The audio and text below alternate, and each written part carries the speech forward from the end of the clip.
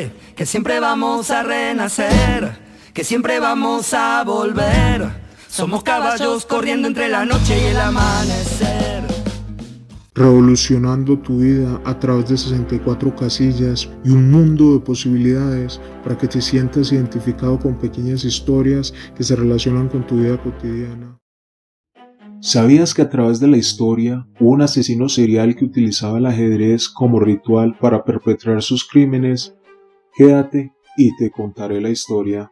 Estoy de luto por mi perro. Esa era la excusa que Alexander Pichushkin utilizaba para acercarse a sus víctimas y ganar su confianza. Lo hacía después de merodear durante varias horas por el parque Vitsevsky, al sur de Moscú, hasta localizar a la persona correcta. Normalmente elegía indigentes que pernotaban en la zona y se apiadaban de la triste historia de su interlocutor. Nada les hacía sospechar que tras esa apariencia de hombre educado se escondía una mente retorcida y macabra.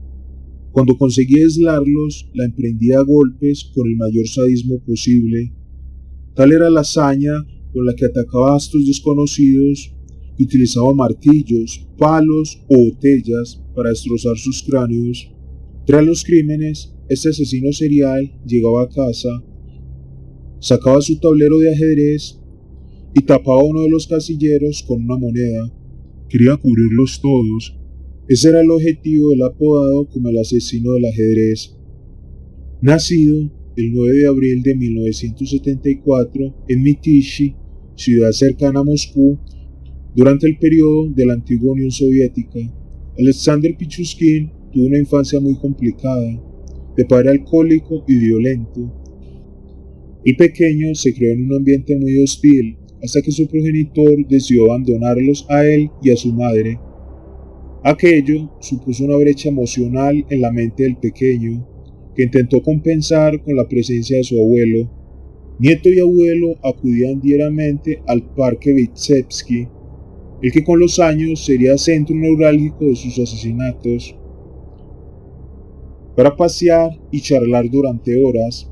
De él le venía su afición por el ajedrez y las damas.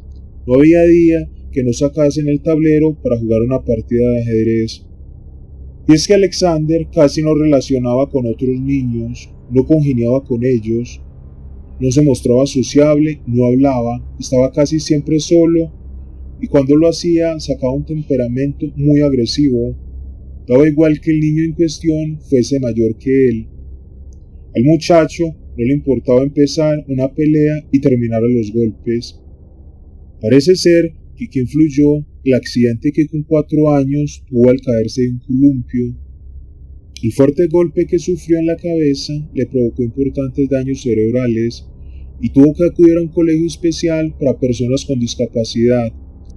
Este hecho y su fascinación en la adolescencia por el carnicero de Rostov sembraron en él la semilla de la violencia. Alexander se entendía más con los animales que con las personas. Tras la muerte de su abuelo, cayó en depresión, y para animarle, su madre decidió adoptar un perro. Esto le sirvió para mejorar su humor y para continuar acudiendo al parque, lugar preferido de nieto y abuelo, pero aquella bonita experiencia se tornó en una obsesión. Algo en él cambió y comenzó a refugiarse en el alcohol. Tampoco le ayudó a enamorarse de Olga Maskeva, una adolescente de 17 años que vivía en su barrio. Tras varios encuentros, ella dejó de llamarle para comenzar a salir con otro compañero de clase. Aquello enfadó de sobremanera a Pichushkin, hasta el punto de desembocar en su primer asesinato. A Alexander se le iban acumulando las carencias afectivas y también las frustraciones. Por eso decidió matar a Sergei. Era 1992, ya contaba con 18 años y tenía claro que quería deshacerse de su rival. Llegó a la casa del muchacho y tras una acalorada discusión por Olga, el asesino lo lanzó por la ventana, lo que provocó que Sergei se precipitara al vacío y muriera en el acto. Cuando llegaron las autoridades, creyeron que se trataba de un suicidio. Además, el testimonio de Pichushkin le descartaba como sospechoso. así que no continuaron con la investigación. Sin embargo, años después y tras ser arrestado como responsable de 48 muertes, el joven recordó aquel momento. Fue como el primer amor, inolvidable. Desde 1992 hasta el año 2000, Alexander vivió en lo que podemos denominar un letargo criminal. No evidenciaba tantos comportamientos agresivos para con los demás, e incluso se mostraba amable y sensible, hasta que ocurrió una desgracia, la muerte de su perro. Esta tragedia lo llevó de nuevo a caer en depresión, a refugiarse en el alcohol y a desencadenar en él tendencias homicidas. Acababa de despertar un nuevo asesino en serie en Moscú. Durante el día, Pichushkin llevaba una vida de lo más rutinaria. Trabajaba como reponedor en un supermercado y seguía jugando al ajedrez. Y a veces terminaba su jornada paseando por Vitsevsky. Llegada la noche, aquellos paseos por el parque se tornaban en salvajes crímenes. Durante 6 años, la población moscovita vivió aterrorizada, porque un asesino en serie mataba de forma indiscriminada. En 2001, por ejemplo, 11 personas fueron asesinadas brutalmente y abandonadas en las alcantarillas de la ciudad, 6 de ellas en tan solo un mes. Aquellos primeros asesinatos de Alexander evidenciaban su ansia por matar y su falta de control. A esto hay que añadir la satisfacción que le producía saber que la policía no lograba poner freno a su escala de violencia. Las autoridades daban palos de ciego continuamente.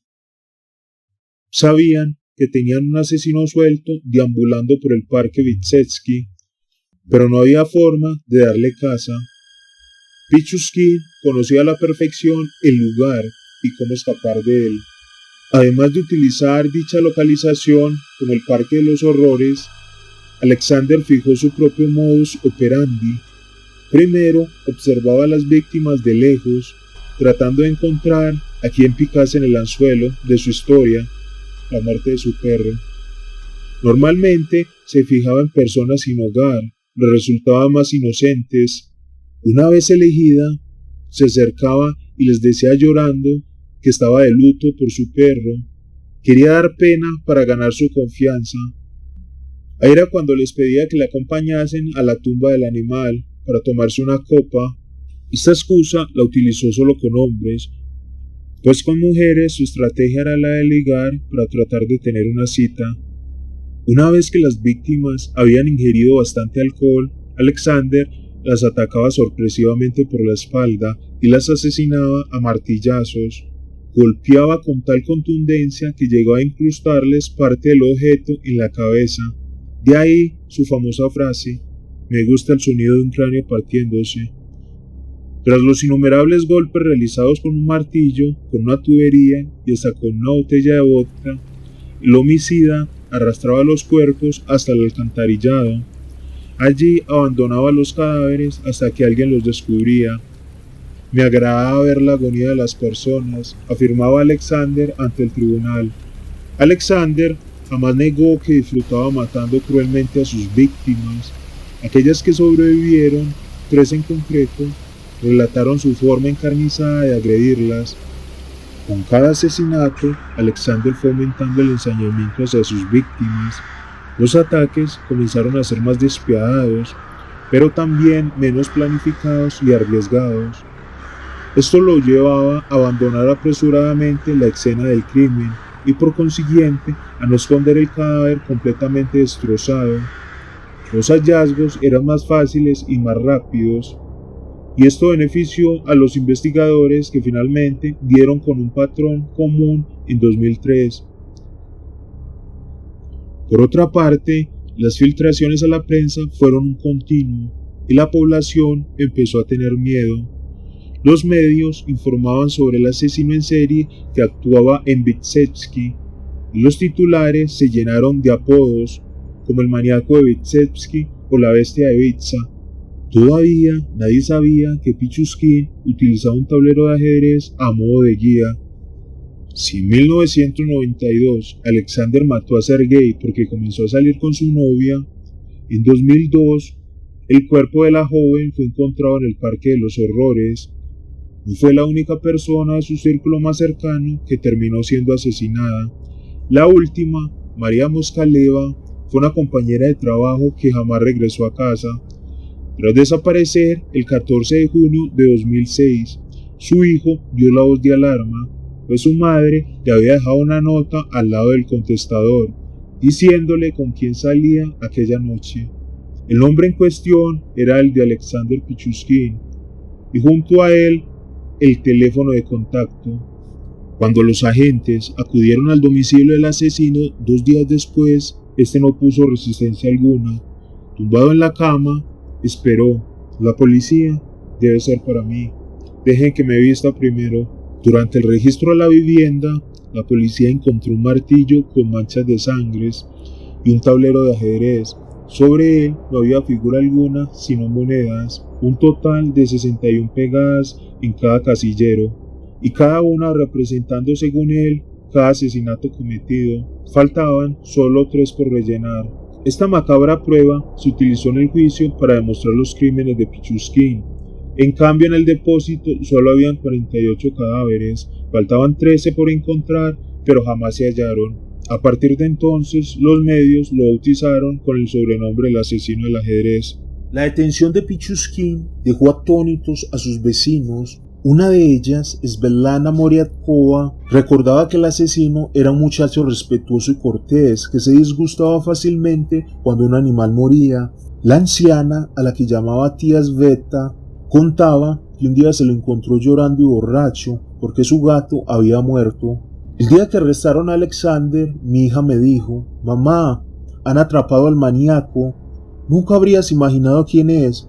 Sasha Pichuskin». No me lo puedo creer, y concluyó: «Y pensar que durante casi 40 años viví en el mismo edificio con ese maníaco». Una reflexión que también se hizo su madre tras la detención. El 10 de septiembre de 2007 comenzó el juicio contra Alexander Pichuskin.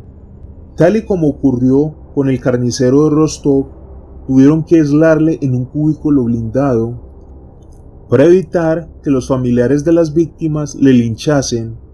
La sala de visitas clamaba venganza, todos lo querían muerto. Después de pasar un examen psiquiátrico para confirmar que el asesino serial era apto para ser juzgado, se procedió al enjuiciamiento ante el jurado popular. Las pruebas hablaban por sí solas, pero el testimonio del acusado no dejaba lugar a dudas.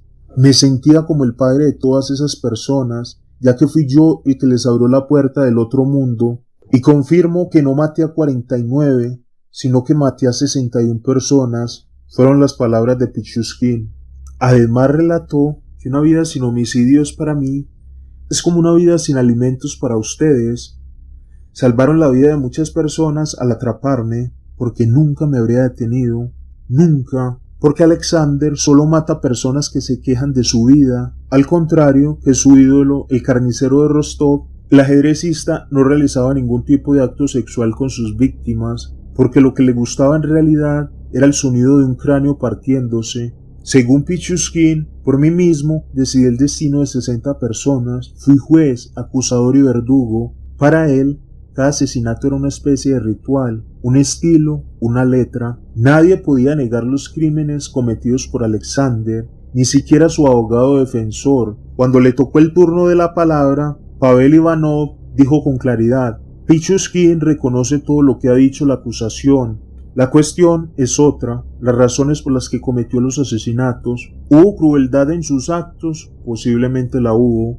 Por su parte, el fiscal de Moscú, Yuri Siomin, acusó al homicida de cometer una serie de asesinatos, en concreto 49, y 3 intentos de asesinato. Un total de 46 hombres fueron asesinados, 2 quedaron con vida, y también mató a 3 mujeres e intentó asesinar a una cuarta. El 24 de octubre de 2007, el jurado lo declaró culpable de 48 asesinatos y 3 tentativas de asesinato. Por ello, el tribunal lo condenó a cadena perpetua. y no a la pena capital. Desde 1996, Rusia adopta una moratoria sobre la pena de muerte. La condena del ajedrecista asesino supuso un conflicto entre la sociedad de la época. Había una parte que no estaba satisfecha con el fallo, como el intelectual moscovita Alexander Fyodorov, que exigió un correctivo más duro que la cadena perpetua. Somos caballos de ajedrez, galopando entre los casilleros. Cerramos los ojos y solo vemos cuadrados blancos y negros.